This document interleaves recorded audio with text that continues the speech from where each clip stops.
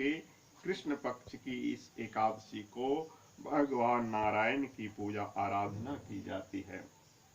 श्री नारायण भगवान विष्णु ही का एक नाम है, अतः अन्य एकादशियों के समान ही भगवान विष्णु अथवा उनके लक्ष्मी नारायण रूप की पूजा आराधना करें और दान आदि की क्रियाएं पूर्ण करें। इस एकादशी का व्रत करने से संपूर्ण पापों का क्षय होता है और पीपल का पेड़ काटने जैसे पाप तक से मुक्ति मिल जाती है। किसी के दिए हुए साप तक का निवारण हो जाता है। योगिनी एकादशी का व्रत करने से इस व्रत को करने वाले इस लोक में सभी सुख को भोगकर अंत में मोक्ष को प्राप्त कर श्री हरि चरणों में निवास प्राप्त करता है, ऐसा शास्त्रों का कथन है। अब सुनिए भगवान की कथा। पहले ध्यान कीजिए। ओम शांताकारं भुजंगशयनं पद्मनाभं श्रीशं विश्वाधारं गगनसदृशं मेघवर्णं शुभांगं लक्ष्मीकान्तं कमलनयनं योगविद्यागम्यं वन्दे विष्णुवैहरं सर्वलोकैकनाथं। बोले विष्णु भगवान की जय।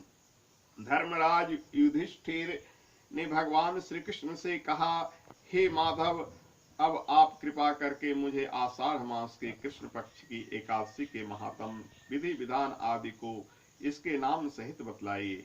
इससे आगामी पीढ़ियों इस एकादशी के बारे में शास्त्रसम्मत जानकारी प्राप्त कर सकेगी। भक्त वत्सल भगवान श्री कृष्ण बोले, हे राजन, आषाढ़ मास के कृष्ण पक्ष की एकादशी का नाम योगिनी एकादशी है। समस्त पापों को क्षय करने वाला और इस लोक में सभी सुख और अंत में मोक्षदायक है। इस एकादशी का व्रत, योगिनी एकादशी का व्रत करने से देवताओं के लिए दिए गए श्राप तक से मुक्ति प्राप्त हो जाती है। पुराणों में वर्णित एक कथा मैं आपको सुनाता हूँ, आप उसे ध्यान पूर्वक सुनिए। स्वर्ग लोक में इंद्र की अलकापुरी नामक अत्यंत भव और रमणीय नगरी है। इसमें अच्छों का राजा कुबेर एक भव भवन में रहता था।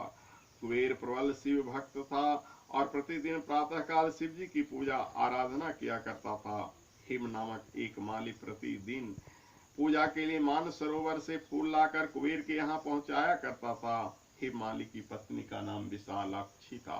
अप्सराओं के समान सुंदर, अत्यंत गुणवती और महान पतिव्रता थी हिम माली की पत्नी विशालाक्षी। हिम माली अर्धरात्रि में फूल लेने मानस सरोवर जाता और सुबह वहां फूल लाकर राजा कुबेर के यहाँ पहुंचाता। एक दिन वह मानस सरोवर से पुष्प तो ले आया, परंतु कामातुर होने के कारण मार्ग में ही अपने घर रुक गया और पत्नी के साथ हास विनोद और रमन करने में तल्लीन हो गया। जब दोपहर तक कुबेर के पास पूजा के लिए फूल नहीं पहुंचा तो कुबेर ने अपने सेवकों को कारण पता करने के लिए हिम माली के घर भेजा।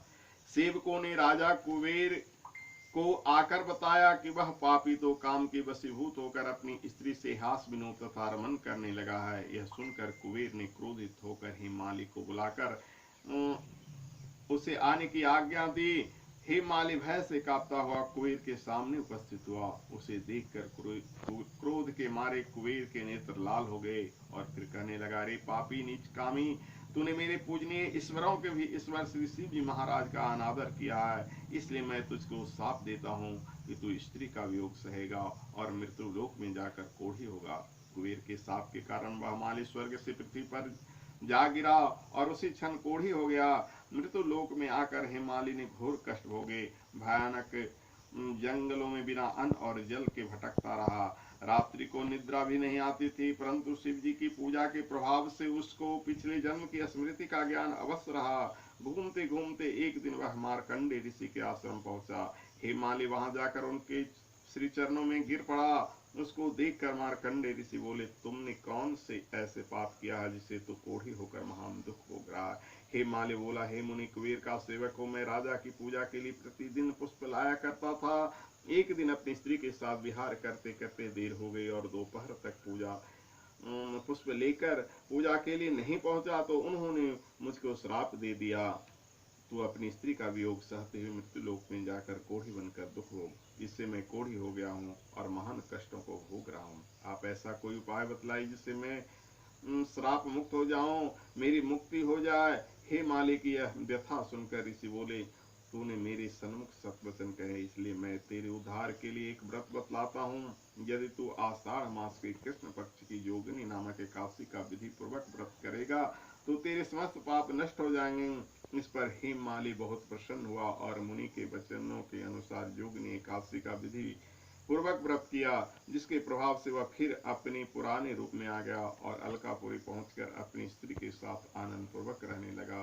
हे राजन, इस योगिनी एकादशी की कथा पढ़ने अथवा सुनने का फल 88 सहस्त्र ब्राह्मणों को भोजन कराने के बराबर है, जबकि इसका व्रत करने से तो समस्त पाप दूर होकर अंत में स्वर्ग की प्राप्ति होती है। ओम सशंख चक्रम सकृत कुंडलम सपीत वस्त्रम सरसीरुहेचनम सहार वक्षस्थल कौस्तुश्रियम नमामि विष्णु शीर्षाम चतुर्भुजम। बोली विष्णु भगवान की जय। ओम हरि ओम।